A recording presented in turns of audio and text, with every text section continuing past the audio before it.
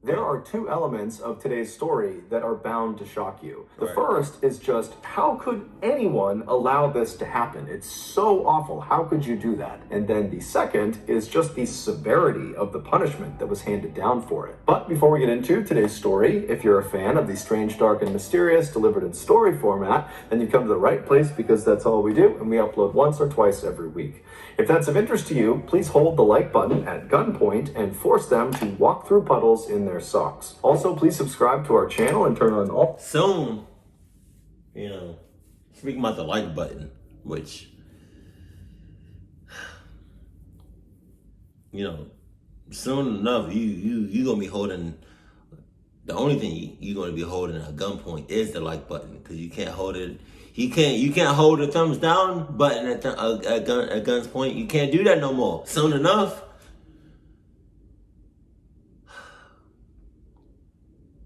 I hate that. I just want to put my 2 cents in it.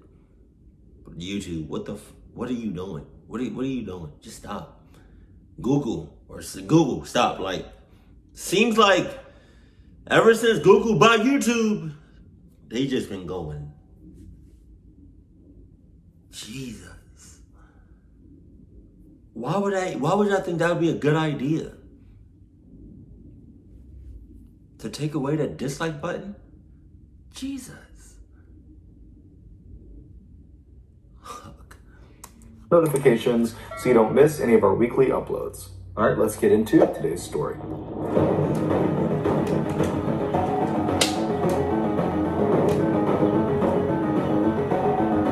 Dice roll! Dice roll! In 2001, Greg Biggs was a 37-year-old self-employed bricklayer who was living in a homeless shelter in Fort Worth, Texas. He was also the father of one child. He had an 18-year-old son named Brandon who lived with Greg's ex-wife. Despite not living with his son while his son... Them teeth. I mean, I can't speak on my teeth. But Jesus. You are beautiful in your own way. Rob, Greg had always made a point of spending lots of time with Brandon, and so over the years, they had become quite close. But besides his son, Greg really struggled to build meaningful, long-term relationships with other people. It was like no matter how friendly and outgoing he was, people would just come into Greg's life and would leave very, very quickly. This made Greg, who always had struggled with his mental health, feel very isolated and lonely and desperate for human interaction. And so on the rare occasion where people did come into Greg's life, a new friend or a new love interest, he was always so excited to try to please them and keep them around that he would often go overboard with his generosity and his willingness to do things for these people, to the point where he really set himself up for being taken advantage of. Case in point, 2 years earlier, a woman had kind of suddenly come into Greg's life, and Greg very quickly fell in love with her. And early on in their relationship, this woman tells Greg that she's struggling financially. And without any hesitation, Greg started giving her all of his money. Now, Greg was not a wealthy man, not by a long shot. And so before long, he had literally given this woman all of his money. Damn. To the point where Greg could no longer make truck payments, he couldn't make house payments, and so his vehicle and his home were repossessed. And then after he's suddenly homeless and destitute, this woman who he's given all his money to, she also disappears. But despite being in this horrible situation of sudden homelessness, Greg made the best of it. Anytime Greg was not working, he would be trying to make plans with his son Brandon to go walk around the mall downtown or go see a cheap afternoon movie. Times were definitely tough for Greg, but Greg stayed positive. He was a forever optimist, and he did this by focusing on the future. He was certain if he could just land a few more good-paying gigs, he could make that extra cash and finally buy a home again and buy a vehicle again and finally kind of get his life back together. But unfortunately, he would never get that chance. On the morning of October 27th, 2001, two men called the Fort Worth Police Department to report having seen something suspicious on a park bench inside of Cobb Park.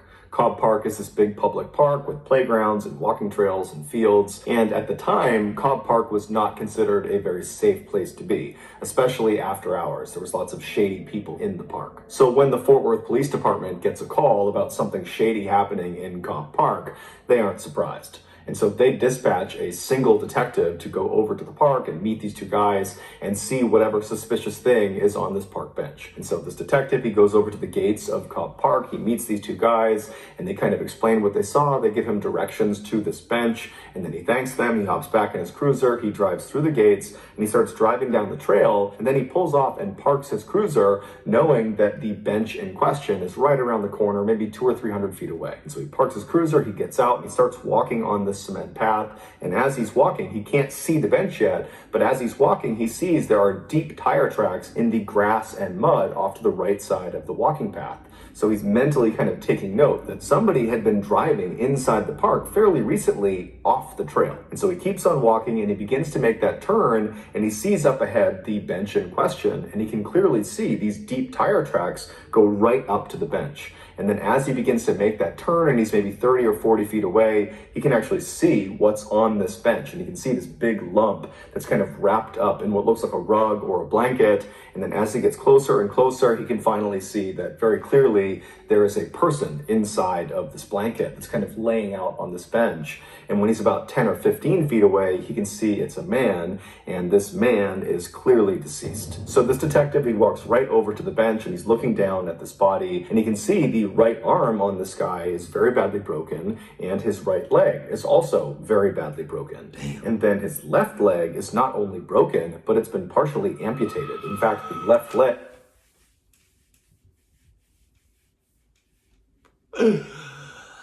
Oh shit! I'm one of them people that you know what I mean? That like when he said that shit, I was picturing myself broken arm, broken leg. I've never broken anything before in a day in my life. Thank God. God forbid that happens in the future. I think I sprained something. I might have. The worst probably, I guess, muscle. I don't know how to, my muscles tighten up. Or I slept wrong and I couldn't turn my head a certain way. Or you know what I mean? It was just, I can't. But I've gotten stitches in my head before. And that was it. I never broke anything though. God forbid. But I just pictured that. Just your arm, your arm bends like that, but to see it broken or to bend the other way, oh God. is barely hanging on. Jesus! So this detective, he's looking at this guy thinking, okay, this person must have gotten wrapped up in these shady criminal dealings that are known to take place in Cobb Park, and somebody beat him to death, or they beat him and then shot him to death. But as he's looking at the body, despite these extensive injuries, the bruising on his body was not consistent with someone who had been beaten to death. And in terms of potentially being shot to death, he began looking at the body, and from where he was standing, he could not see an entrance or an exit wound of a bullet. And so stumped, the detective steps back and is just kind of pondering what he's looking at when he realizes there's very little blood anywhere near the bench or on the body, and considering the left leg has been nearly amputated, you would think there would be lots and lots of blood, but there wasn't. And so that indicated to the detective that his injuries had to have been sustained elsewhere. And so this detective, he calls in backup, and more detectives show up, and they're all kind of looking at the scene, and the working theory became, okay, this guy got killed outside of the park. We don't know how he got killed. It looks like some sort of blunt force trauma, but somehow he gets killed outside of the park, and then his killers, they drive him into Cobb Park, which is why you have those deep tire tracks on the right side of the path, and they dump him on this bench. Later that day, the medical examiner would come out and positively identify the body as belonging to Greg Biggs. The same day that Greg was found, the police went out and began their investigation, and they started by interviewing people that had been in Cobb Park either that day or in recent days, and they also interviewed known criminals that they knew went into Cobb Park, and they reviewed CCTV footage both in the park and outside of the park. But no one knew anything about what happened to Greg. My ass. Somebody, somehow, one person at least knows some shit that went down, but don't want to say no, because if they say something, they're going to get clocked up to the max. And and end up like Grits. What's his name? I don't know. And the footage didn't show them anything interesting. And so very quickly, Greg's case began to languish, and no one knew what to make of it. Then, in February of 2002, so roughly 4 months after Greg was found, the Fort Worth Police Department received a phone call. It was from this young woman named Miranda Daniel, and she said, "I know what happened to the man in Cobb Park." Jesus! And the story she would tell them at first was so hard to believe that the Fort Worth Police Department weren't sure if this was a prank or not. But when they followed up on her lead and they went to a very specific address that she had mentioned, they realized she was telling the truth. This is the unbelievable true story of what happened to Greg Biggs. On the evening of October 25th, 2001, so 36 hours before Greg was found in Cobb Park, 25-year-old nurse's assistant Shantae Mallard arrived at her friend's apartment in Fort Worth, Texas. Her friend was named Titalisi Rice. She went by T-Fry. Shantae was from a very loving and stable household in Fort Worth, Texas. She looks sus as shit.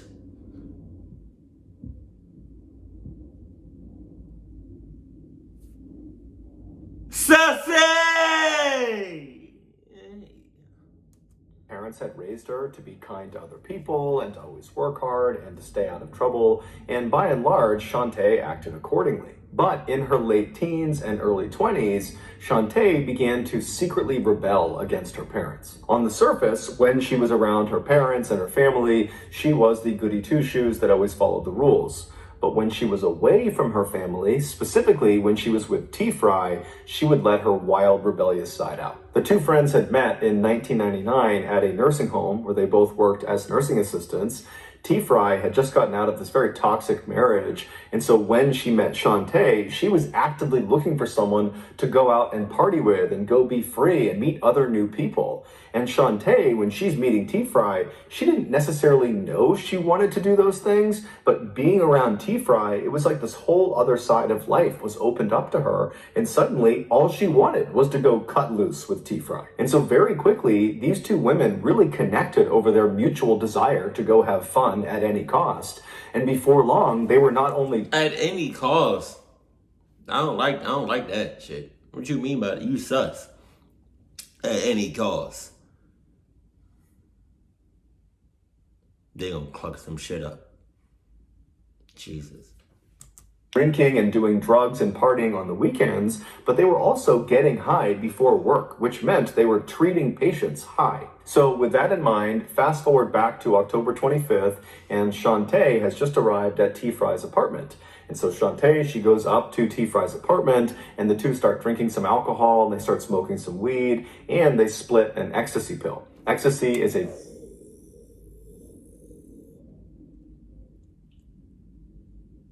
real photo of ecstasy pills. Jesus. Look very colorful.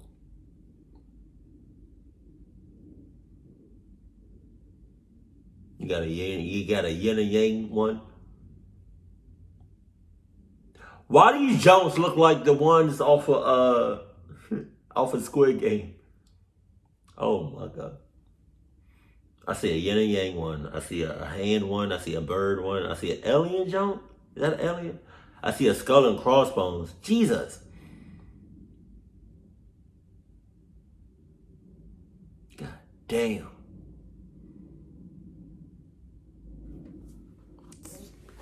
Ecstasy?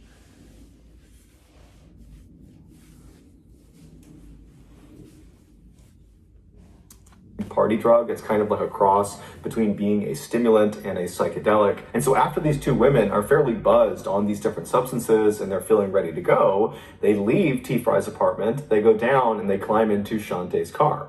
And Shantae drives the two of them to a local club called Joe's Big Bamboo. And so the plan was they were going to meet this guy named Cleet Jackson, who was Shantae's love interest. And the plan was they would hang out at the club with Cleet, and then at the end of the night, they would all leave, and Shantae and Cleet were going to to spend the night together. And so Shantae and T-Fry, they arrive in the parking lot of Joe's Big Bamboo. They park their car, they get out, and they meet up with Cleet, who was outside of the club. And the trio kind of sneak off from the rest of the people trying to get into the club, and they smoke some more marijuana. And then the trio, they go into the club and they start having drinks and they're partying and they're dancing, they're having this great time. And then at some point in the night, Cleet kind of abandons Shantae and T-Fry, and he goes off with another woman he met that night in the club, and he would actually leave the club with this other woman and he would vanish for the night. And so around 2 a.m., when the club is getting ready to close, Shantae realizes that Cleet, the guy she was going to go home with, he's gone now. And so she's very frustrated, but she doesn't really have any recourse. And so she instead just goes and finds T-Fry and says, hey, let's just leave. And T-Fry, she's ready to leave too. And so the two women, they leave the club and they get out to Shantae's car, and both women are clearly under the influence. They're both definitely inebriated, but T-Fry believed she was less inebriated than Shantae was, and so she should drive. And so she told Shantae, get in the passenger seat, I'm gonna drive. Shantae gets into the passenger seat, T-Fry gets in the driver's seat, and she leaves the club and she drives all the way back to her apartment. When she parks at her apartment, she gets out and says to Shantae, hey, I don't mind getting in my car and kind of trailing you as you drive back to your home to make sure you get home safe, kind of like an escort. And Shantae, she just gets out of the passenger side and walks right around and confidently sits in the driver's seat of her car and tells T-Fry, nope, I'm fine. I'm gonna drive myself. I'll see you later. Nope, my ass. Nope, my ass. Both y'all, especially the other one that got out and went into the driver's like she's talking about she gonna go home. No, she not. Not by herself. She high on all shits. She's not even like a little bit like, you know what I mean? She's hot like she out there as hell.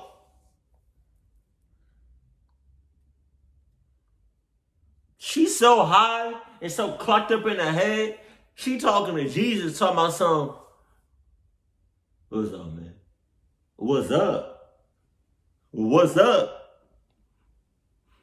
What's up? The hell are you doing up here? You're not supposed to be up here. Get your ass back there. And Shantae drove away. About an hour later, at 3:30 in the morning, T-Fry is in bed in her apartment when she gets this very frantic phone call from Shantae, who's totally hysterical. She's beside herself, and she's not really making any sense, but she's trying to get T-Fry to come over to her house. Now, T-Fry did attempt to figure out what was going on, but she just could not cut through the hysteria on the other side of the phone. And so eventually, T-Fry just thought, you know what? Clearly, it's something serious. I'm gonna go see what's going on. And so T-Fry, she leaves her apartment, she gets in her car, and she drives over to Shantae's house. And when she gets there, she goes up to the front door, she opens it up, she walks inside, and she finds Shantae in the kitchen straight ahead. She's totally hysterical, she's crying, and she's telling T-Fry that she didn't mean to do it, she's so sorry. And T-Fry's telling her, hey, calm down, what's going on? She hit somebody. That's what I'm assuming. That's what I...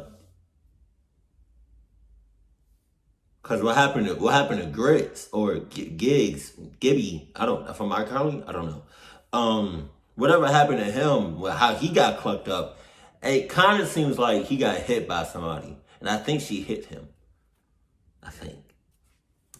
And Shantae says, look in the garage. And so T-Fry, she walks straight ahead through the kitchen to the door in the kitchen that leads into Shantae's garage. And she opens the door up, she turns the light on, and in the middle of the garage is Shantae's car. It had been parked nose in and lodged head first in the windshield on the passenger side of this car was Greg Biggs. When Shantae had left T-Fry's house an hour earlier saying she was fine to drive, on her drive home, she had barreled into Greg, who was on the sidewalk of some street. Damn! And the impact was so hard that Greg... Ho, ho, ho! Ho, ho! I know that's not a real photo, but damn!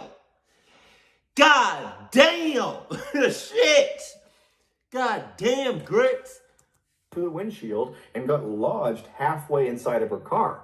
But the impact didn't kill him. It did almost cut his left leg off and break several bones in his body, but it didn't kill him. In fact, there was blood spatter inside of the car on the passenger side that indicated Greg was totally conscious and was trying to pull himself back into the car. There were these handprints on the inside of the passenger side door indicating Greg had been pulling on them. There was also these very small droplets of blood all over the seat indicating that Greg had been spitting up blood as he was trying to talk to Shantae or as he was trying to plead for help. But Shantae, instead of stopping her car and getting this guy help, she just kept on driving home with Greg lodged in her front windshield. Nobody else see that shit? God damn. Are you telling me right now nobody else sees that shit? You're lying. I tell you what though.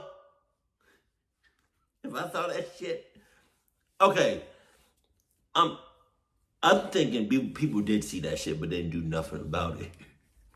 Cause I'm lying to you not. I'll be one of them people. You know what I mean? Like, I would have saw that and be like, shit, that's none of my business. I think I would have called the cops though, to be honest with you.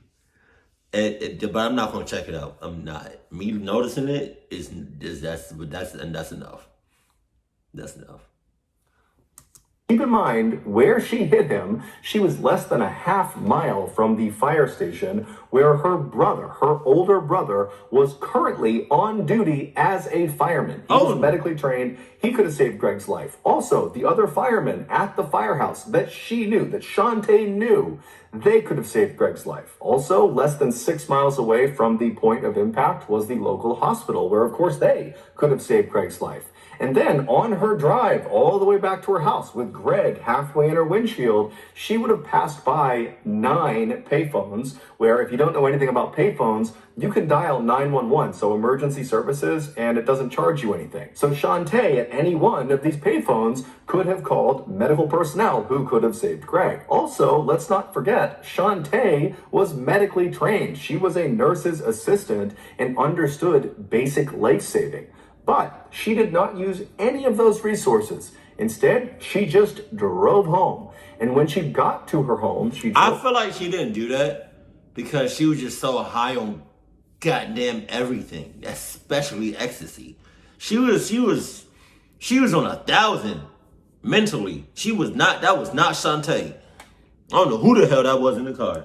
Her car with Greg in it into her garage. She shut the garage door. She gets out, and as Greg is literally moaning and probably pleading for help at this point, she just says, "I'm sorry," and then walks up to the door that leads into the kitchen of her home. She turns off the light in the garage, walks into her kitchen, and shuts the door behind her, trapping Greg in the garage in total darkness by himself. Then, after an hour of Shantae just being in her house with Greg slowly dying in the garage, she calls T-Fry. T-Fry comes over, she looks in the garage, she sees Greg, and T-Fry's reaction is she just totally loses it. She panics, and she's screaming at Shantae, "Call 911, call paramedics, call the police." But Shantae refused. She didn't really give a reason, but she just said, "No, I can't." And then shockingly, T-Fry also does not call anyone. The two... That's a toxic relationship right there. That's a toxic relationship, friendship, relationship, bestie. Like, that shit toxic ex hell. That's goddamn. They both going to jail for life. Oh, what's worse, jail or prison? I don't know, whatever. They're both being locked up for life, if not already got the death penalty. I don't even know if that's the real thing anymore, but like, that's ridiculous.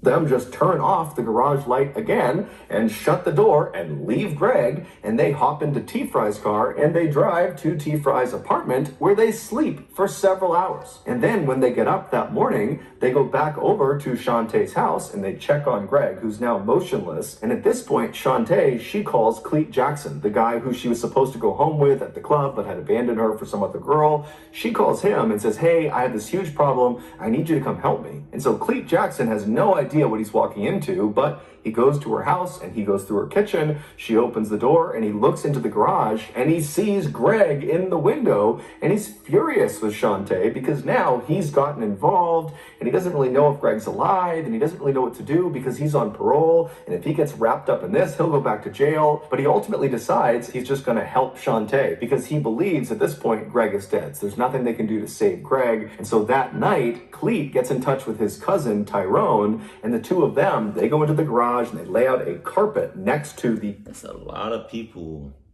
involved in this shit. God damn.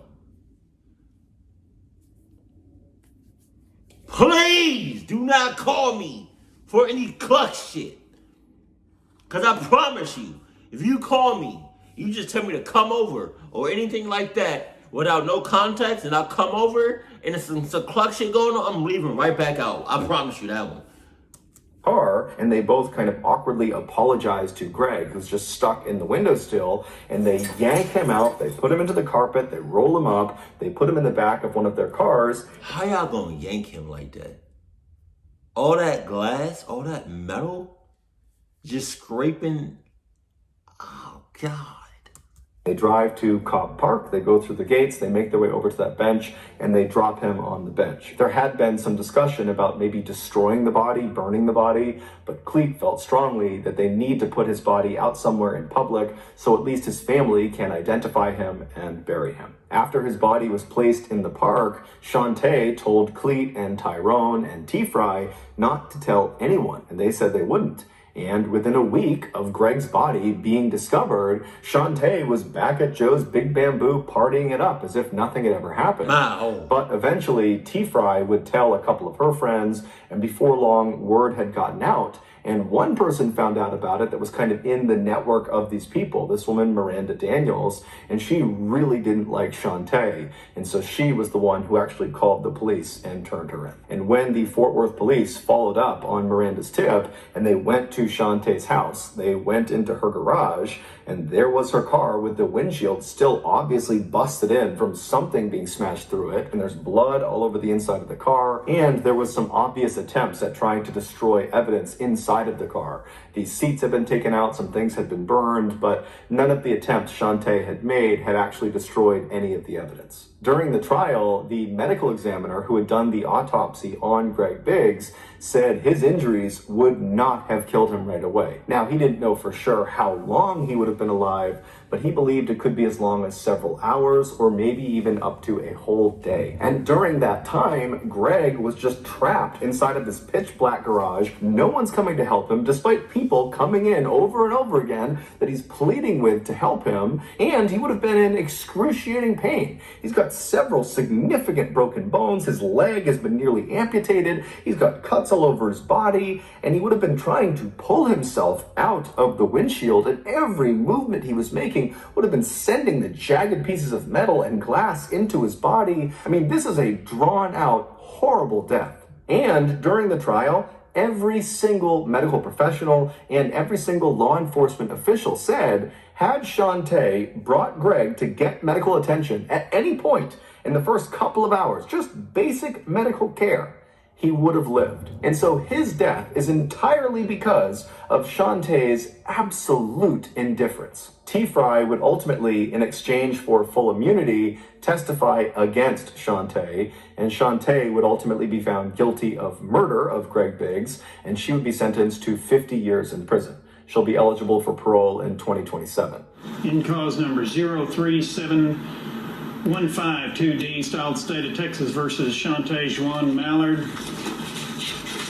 Verdict form is to count one. We, the jury, having found the defendant, Shantae Juan Mallard, guilty of the offense of murder, assess her punishment at confinement in the institutional division of the Texas Department of Criminal Justice for a period of 50 years. As for Cleet Jackson and his cousin Tyrone, they received 10 years and 9 years respectively for their role in the crime. During the victim impact statement portion of the trial, Brandon Biggs, Greg's son, he took the stand and he very eloquently told Shantae that he forgave her, and it seemed very genuine and it moved Shantae to tears. And then Brandon looked out at the audience where Shantae's family was and he said, you know, not only do I feel horrible for my family, but I feel bad for your family, Shantae, as well, because this crime has destroyed all of us. So that's going to do it, guys. If you got something out of today's episode and you haven't done this already, please hold the like button at gunpoint and force them to walk through puddles in their socks. Also, please subscribe to our channel and turn on all notifications so you don't miss any of our weekly 1 or 2 video uploads. We are now selling merchandise like flannels and hats and sweatshirts and all sorts of stuff.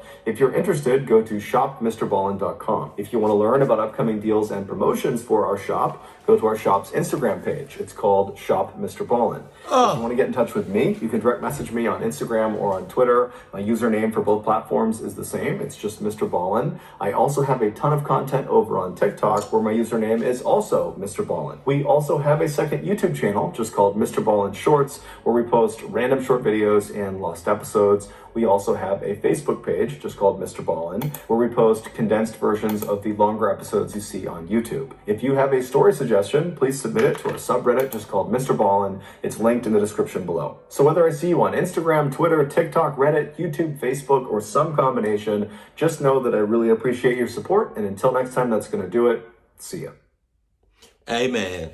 Hey, 50 years? So she's getting out 2027.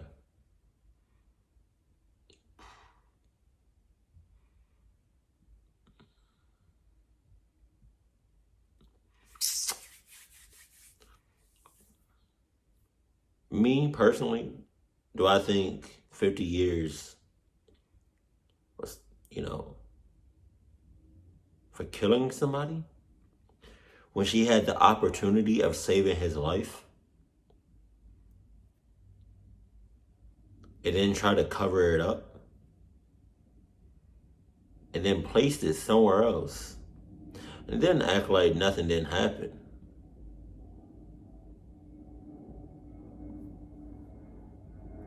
So she intentionally didn't do anything. She did it on purpose.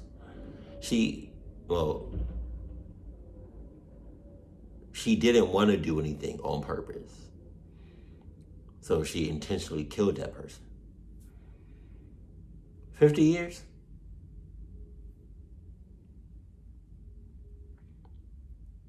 But then she was also high on shit too. But she had no business taking any of that.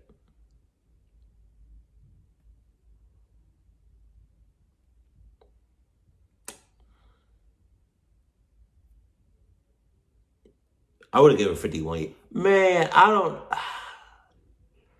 What do y'all think? You think she like deserves like life in prison? Because think about everything that she did and the people that she involved in the murder and how she acted. You think she should have got life in prison, or do y'all think 50 years was, good? I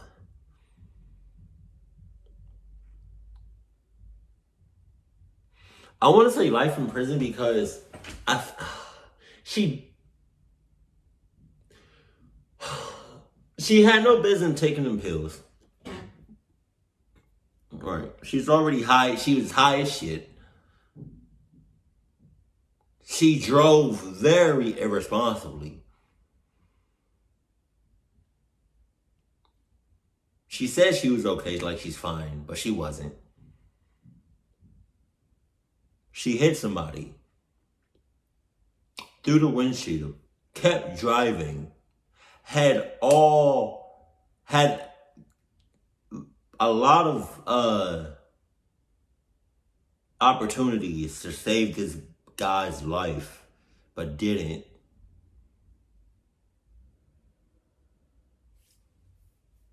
Had other people involved with the murder.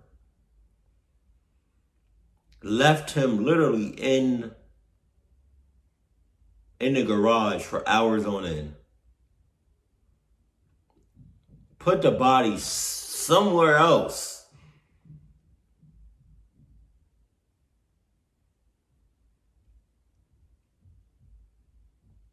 Then she said, while he was still conscious, "I'm sorry." But no, you wasn't. You wasn't sorry because you would have tried to save his life. I want to say life in. Me personally, I want to say give her life in prison. I don't know. She killed a guy though, and just acted reckless throughout the whole thing.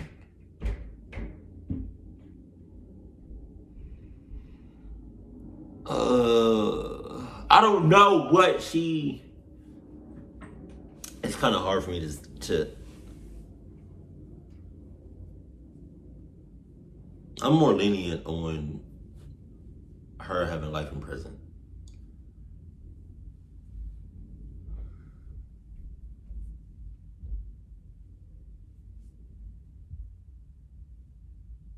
Or she will ever, or that 50, like if she gets out, her life will never be the same. Her family and friends will never be the same because they will all just look at her differently. Like, she killed a guy and had no intentions on saving his life. Woo! I think either way, if she gets out or she stays in prison,